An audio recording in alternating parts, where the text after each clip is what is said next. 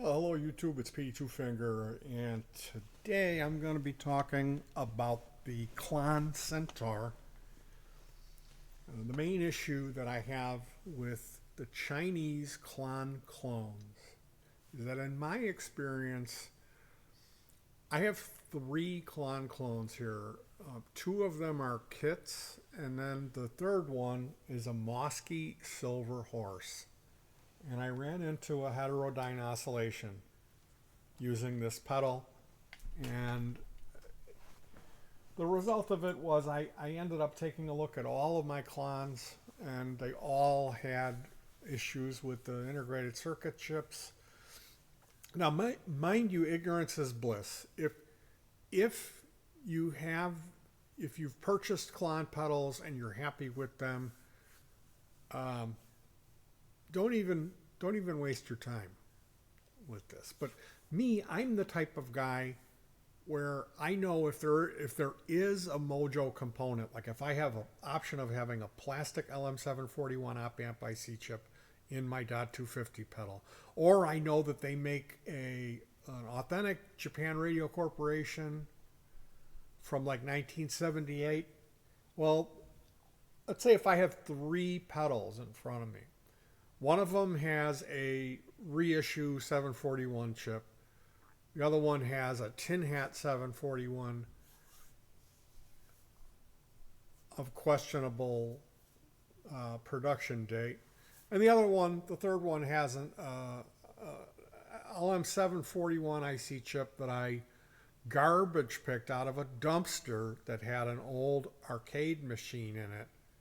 And on that circuit board, I actually found three, basically 1978, Japan Radio Corporation, LM741. Well, for me, as a guitar player, as a guy who has built pedals and knows a little bit about this stuff, I'm going to reach for the one that came out of the dumpster, simply knowing that this is the original batch of chips. Maybe I'm not even going to be able to hear a difference, but knowing that makes enough difference for me that I feel good about that piece of gear, and that to me makes it special for me. And that's the definition of Mojo. To me, that's my personal definition of Mojo. Does it make any sense in an A-B comparison or Pepsi challenge? No, it does not. Okay, so this is a whole bunch of horse pucky here, what I'm talking about in this video, and you're really going to want to find a better way to spend your time than listening to Petey talk about Mojo components. But the main issue that I have with the Klon clones that I purchased, the ones that I had in my collection, is that they all use 7660S charge pump IC chip. Now, the real Klon does not use that chip. It uses the more expensive 1054, which Bill Finnegerton is the guy who invented the Klon. He did not use a 7660S chip when he made his Klon. He made the more expensive 1054, and he did that choice for a very good reason, which is heterodyne oscillation. This annoying, loud, high-pitched whistling whine won't always happen to you, of course, especially if your rig is simple. It will not occur unless you have more than one circuit or pedal with a clock sharing a ground plane. Power supply has nothing to do with heterodyne oscillation, by the way. So what I'm meaning by that, if you run into heterodyne oscillation and you start trying to solve it by chasing down power supply options, you will discover that you have wasted your time. So, if you bought a $20 Klon pedal, such as a Mosky Silver Horse, and you get away with it, fantastic for you. That is wonderful, and I'm happy that your rig is simple enough that you don't run into heterodyne oscillation. And that's not me taking a jab at you saying, Look at this guy in my comment section. His rig is simpler than my complicated rig because I'm a big boy. Not saying that at all. The simpler the rig, it could be that it's better. Well, as long as it makes you feel good about playing. That's what your gear is supposed to do. It's supposed to sound good and it's supposed to inspire you. So your gear is just that. And it's none of my business. Now, my $20 klon did not work in the effects loop of my modeling device, which is a new XMG30, especially when I use certain effects such as the flanger and the univibe. What I noticed was modulation patches such as the flanger and the univibe, and I'm sure it happens on the choruses and the phasers as well. I just didn't really test that theory out. But it was so loud. The heterodyne oscillation, it's a high-pitched whistle or whine. I had headphones on, and it was so loud that it like really, it physically kind of hurt my ears. And then when I would switch to a different patch that didn't have the modulation effects, I started realizing it's still there, but it's much less pronounced. And this, of course, is when my rig is consisting of the MG30, 2 patch cables for the send and receive going to the pedal board, which is 2 pedals. It's a boost and the silver horse.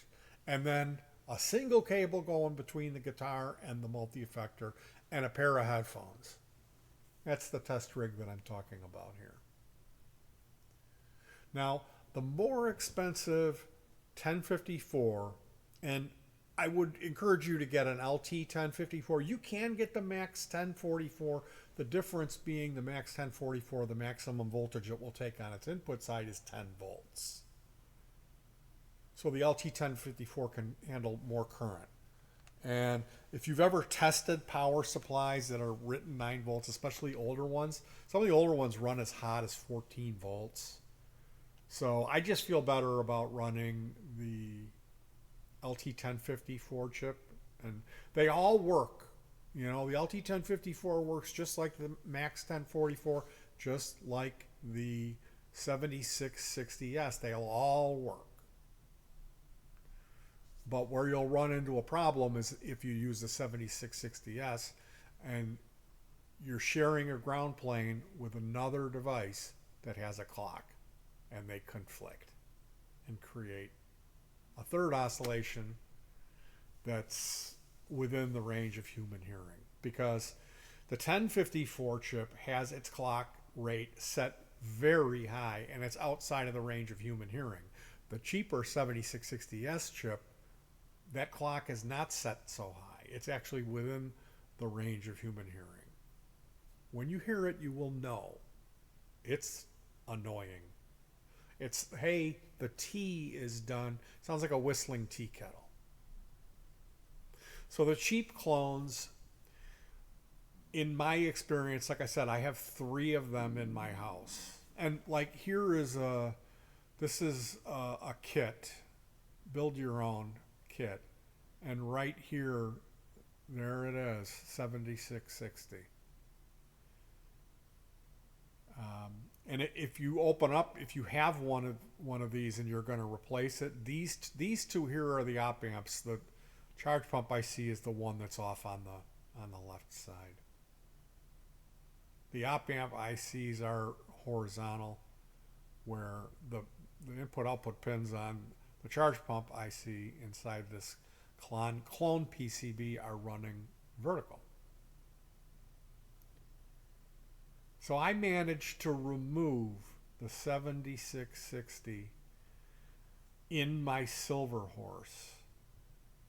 And that was no easy feat. Let me see if I can. Yeah, here it is. Here's an image of the Mosky silver horse opened up. And you can see they do not use a socket. And there is a second PCB right underneath this. So I did manage to remove the 7660 and cut in a 1054 into my silver horse. And that was not a fun way to spend the time I should have been rehearsing. The thing is they did not use a socket for this integrated circuit. They hard solder the chip into place. And it's a twin PCB affair with absolutely no way to get at the solder points, the bottom of the 8-pin chip. So it was not fun, but I managed it. Again, if your silver horse is not whistling, I applaud you. My rig is not that simple. You can also look this up on Reddit, because I'm not the only one who's run into this annoying heterodyne oscillation issue with the silver horse, and it's all of the cheap clones that use the 7660 rather than the more expensive 1054. All of my klon pedals whistled until I replaced the charge pump IC chips with the proper LT1054. I just know how to repair it, so I took the time to share this information. And I won't even get started on the fact that these cheap klon clones, well, you see these TLO72s? A lot of these are using counterfeit op amps as well. They're actually an LM324 or similar. These op amp chips may even sport the Texas Instruments logo, but if you look, Texas looks more like Long Island. Not to mention the fact that the slew rate being way off of specification. Something like 30 times slower than specified. But hey, it's close enough for rock and roll. I have replaced all of the chips in my clones because I play much better this way. Never mind, tone is in the finger, right? So again, are you going to hear a noticeable difference? Is having a higher slew rate chip better than having a quicker slew rate chip?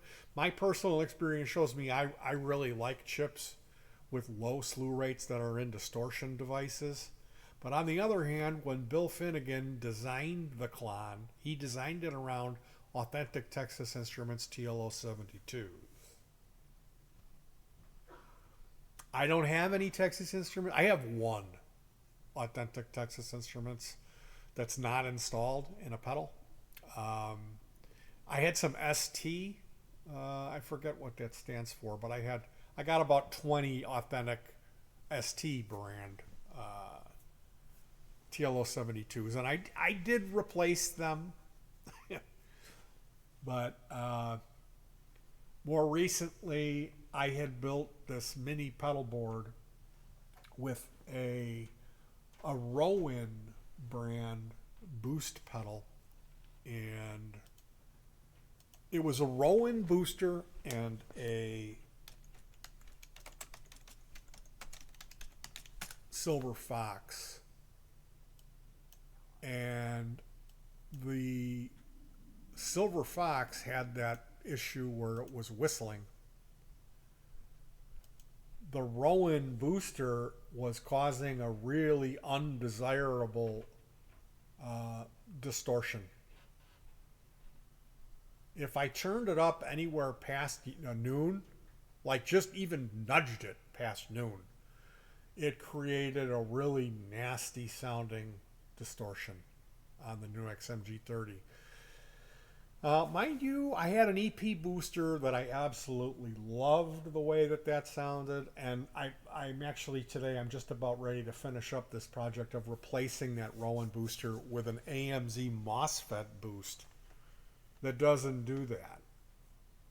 But my experience so far with the cheap Chinese pedals has been not good. Not good.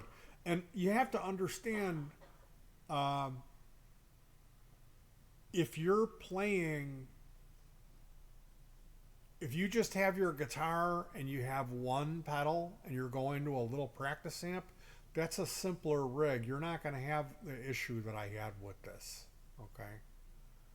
But running this one in the effects loop of the new XMG30 compared to the homemade EP booster that I built, and I was actually even gonna like buy another Chinese booster, and I thought, why are you doing that? It's gonna be the same thing. You're gonna run into the same thing.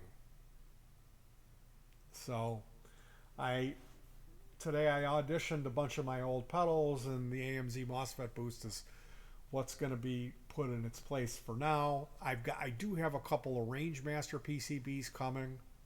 I'm going to be playing around with Rangemasters, so eventually I'll get this all nailed down and get my ideal setup for the effects loop of the MG30, or I'll just ditch that idea and just use the MG30 as it was designed to be used. But I kind of like having pedals and turning them on and off. I kind of like that. And for me, it's become more about boost pedals than it has been overdrives and distortions so much. I'm finding that the idea of changing the tone of the guitar to become very unappealing to me. So I'm suffering of what is known as old man guitar player syndrome, where stuff like that actually matters to you. Anyway, you guys, I will talk to you soon. Take care of yourself, hug your pets, and peace.